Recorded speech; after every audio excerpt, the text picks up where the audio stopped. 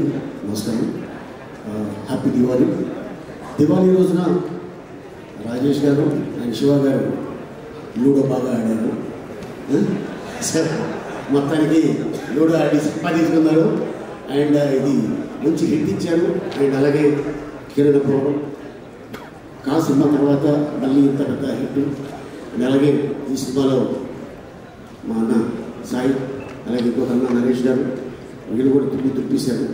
So ఇందాక రాజుగారు చెప్తారు, ఎస్, ఎందుకంటే దాదాపు వీళ్ళిద్దరు చైల్డ్ ఆర్టిస్ట్ కాడి నుంచి 50 years పూర్తి చేసుకున్నారు.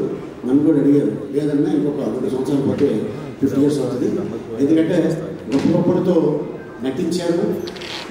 గొప్ప యాక్టింగ్ ముందు వాళ్ళు ఆ రోజుల్లోనే సాయి కుమార్ అయితే ఎస్వి రంగారావు గారు ముందు కూర్చొని ఉండగా ఒక ఏకైక అభిపాత్ర చేస్తున్నట్టు.